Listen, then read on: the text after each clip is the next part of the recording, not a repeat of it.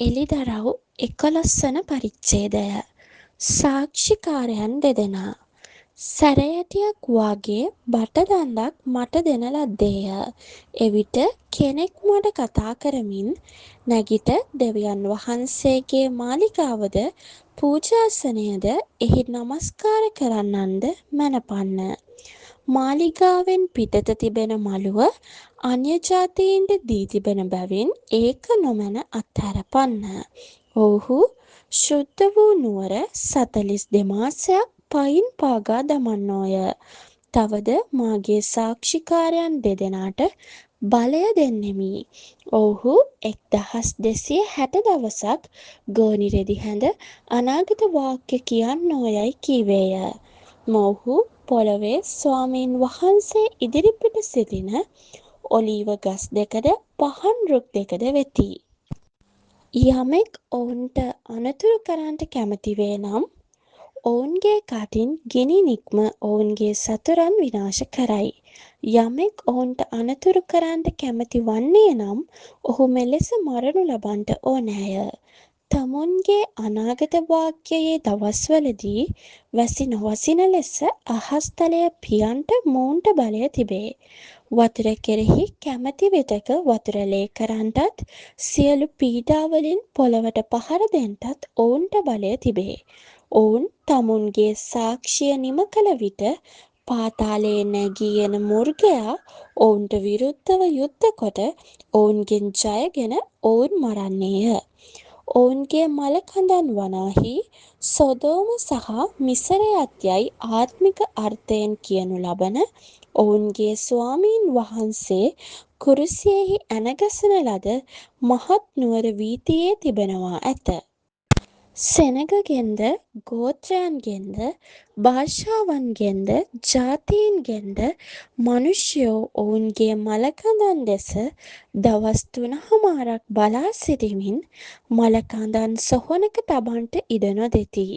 මේ ප්‍රපේතවරුන් දෙදෙන පොළොවේ වසන්නන්ට වධ කළ නිසා පොළොවේ වසන්නෝ ඔවුන් ගැන ප්‍රීතිව සන්තෝෂ වෙමින් එකිනෙකාට තෑගි යවන්නෝය. ඒ දවස් 3 පසු ජීවන හුස්ම දෙවියන් වහන්සේගෙන් ඔවුන් තුළට පැමිණ ඔවුහු නැගිට සිටියෝය. ඔවුන් දුටුවන් කෙරෙහි මහත් බය පැමුණුණේය. මෙහි නැගී වරෙල්ලා යයි ස්වර්ගයෙන් තමුන්ට කියන මහත් හඬක් ඔවුන්ට ඇසුණේය. ඔවුහුද වලාකුළෙන් ස්වර්ගයට නැගී ගියෝය. ඔවුන්ගේ සතුරෝද ඔවුන් දුටුවෝය. එම පැයේදීම මහත් භූමිකම්පාවක් වී නුවරින් 10න් කොටසක් වැටුණෝය. භූමිකම්පාවෙන් මනුෂ්‍යයන් 7,000ක් මැරුණෝය. ඉතිරි අය බයපත්ව ස්වර්ගයේ දෙවියන් වහන්සේට ගෞරව දුන්නෝය. දෙවැනි දුක පසුවිය. බලව තුන්වැනි දුක ඉක්මනින් එන්නේය. 7 වෙනි හොරණෑව පිඹීම. 7 වෙනි දේව දූතයාද පිම්බේය. එවිට ලෝකයේ අධිපතිකම අපගේ ස්වාමීන් වහන්සේටද තමන් ක්‍රිස්තුස් වහන්සේටද වූයේය. උන්වහන්සේ සදාකාලයටම රජකම් කරන සේකැයි කියන මහත් ශබ්ද ස්වර්ගයෙහි විය. දෙවියන් වහන්සේ ඉදිරිපිට තමුන්ගේ සිංහාසනවල වාඩිව ඉන්න වැඩිමහල් 24 දෙනා මුහුණින් වැටි දෙවියන් වහන්සේට නමස්කාර කොට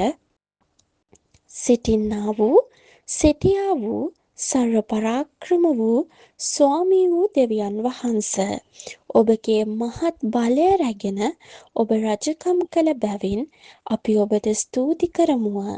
ජාතීහු උදහස් වූවෝය. ඔබගේ උදහසද මළවුන් විනිශ්චය කරන කාලයද ඔබ ස්වකීය මෙහෙකරු වූ ප්‍රපේතවරුන්ටත් ශුද්ධවන්තයන්ටත් ඔබගේ නාමයට බයවන ලොකු කුඩා තැනැත්තන්ටත් විපාක දෙන්නා වූ පොළොව විනාශ කරන්නවුන් විනාශ කරන්නා වූ කාලයද පැමිණුණේ යයි කීවෝය.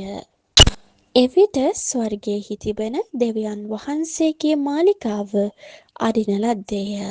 උන්වහන්සේගේ කිවිසුම් පෙට්ටියද උන්වහන්සේගේ මාලිගාවෙහි පෙනුණේය. එවිට විදුලිද ශබ්දද ගර්ජනාවක්ද භූමි කම්පාවක්ද මහත් ගල් වර්ෂාවක්ද විය. ආමේන්.